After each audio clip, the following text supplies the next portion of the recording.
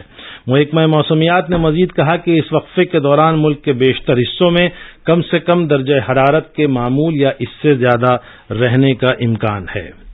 بھارت کے سرکردہ مربوط بجلی بنانے والے NTPC لمیٹڈ نے سال 2023-24 کی پہلی سہ ماہی کے دوران پچھلے سال کی اسی مدت کے مقابلے اپنی کانوں سے کوئلے کی پیداوار کو تقریباً دگنا کر دیا ہے۔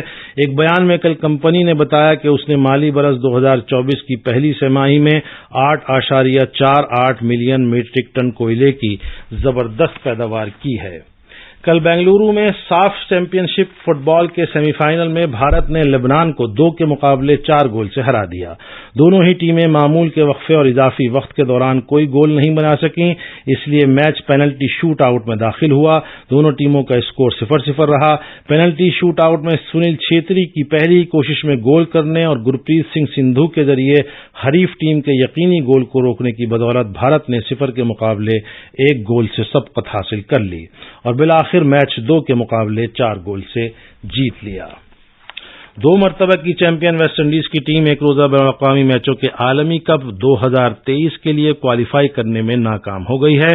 کل ہرارے میں سپر 6 کے کوالیفائر مقابلے میں ویسٹ انڈیز کو اسکاٹ لینڈ نے 7 وکٹ سے کراری شکست دی۔ یہ تھیں خبریں اور اب اخبارات کے آئینے کے ساتھ ہیں مجیب اختر۔ شکریہ شمیم۔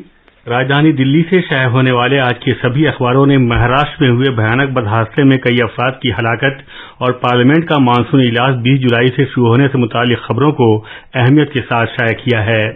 صدر جمہوریہ، نائب صدر جمہوریہ، وزیراعظم اور سرکردہ شخصیات نے اس حادثے پر گہرے رنج و غم کا اظہار کیا ہے۔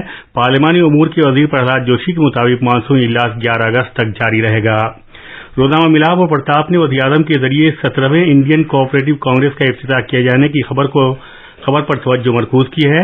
اس موقع پر وزیراعظم نے کہا کہ کوآپریٹو چھوٹے کسانوں کی طاقت ہیں، جبکہ روزنامہ ہندوستان ایکسپریس نے مدھیہ پردیش کے شہڈول ضلع میں وزیراعظم کی طرف سے 1 کروڑ آیوشمان بھارت کارڈ کی تقسیم کی تقریب سے خطاب کی خبر کو پہلی خبر کے طور پر شائع کیا ہے۔ بھارت پر نظر ڈالنے والوں کو منہ توڑ جواب دیں گے، وزیر دفاع راجناتھ سنگھ نے قبائلی اکثریتی ضلع کانکیر میں ایک جلسہ عام سے خطاب کرتے ہوئے یہ بات کہی۔ سالانہ شری امرناتھ یاترا کا باقاعدہ آغاز، یاتری اپنے بیس کیمپوں سے پوتر گپھا کی طرف روانہ ہوئے۔ ان خبروں کو روزنامہ انقلاب، پرتاپ لاب اور ہندوستان ایکسپریس نے اولت دی ہے۔ 9 سالوں میں پبلک سیکٹر بینکوں کا منافع بڑھ کر 3 گنا ہوا۔ وزیر خزانہ، ماہ جون میں GST کی وصولی 1,61,000 کروڑ روپے ہوئی۔ 1,07,000 حجاج کرام نے کیا طواف وداع۔ ان خبروں کو روزنامہ راشٹریہ سہارا، اخبار مشرق اور پرتاپ نے اجاگر کیا ہے۔ آخر میں خبرنامے کی خاص خبریں ایک بار پھر۔ وزیر اعظم نریندر مودی نے کہا ہے کہ سکل سیل کے سبب خون کی کمی سے ہونے والی بیماری کو جڑ سے ختم کرنے کا مشن 2047 قبائلی افراد کی زندگی میں تبدیلی لائے گا۔ انہوں نے اعلان کیا کہ رانی درگاوتی کی 500ویں سالگرہ کی تقریبات 5 اکتوبر کو قومی سطح پر منائی جائیں گی۔ جی ایس ٹی کی وصولیابی میں اس برس جون میں 12% کا اضافہ ہوا ہے اور یہ 1.6 لاکھ کروڑ روپے سے زیادہ ہو گئی ہے۔ کیمیکل اور کیمیاوی کھادوں کے وزیر ڈاکٹر منسکھ مانڈویہ نے کہا ہے کہ 2025 تک ملک بھر میں 9 نینو یوریا کے پلانٹ قائم کیے جائیں گے۔ امرناتھ یاترا کے پہلے دن 7,000 سے زیادہ عقیدت مندوں نے درشن کیے۔ اسی کے ساتھ خبرنامہ ختم ہوا۔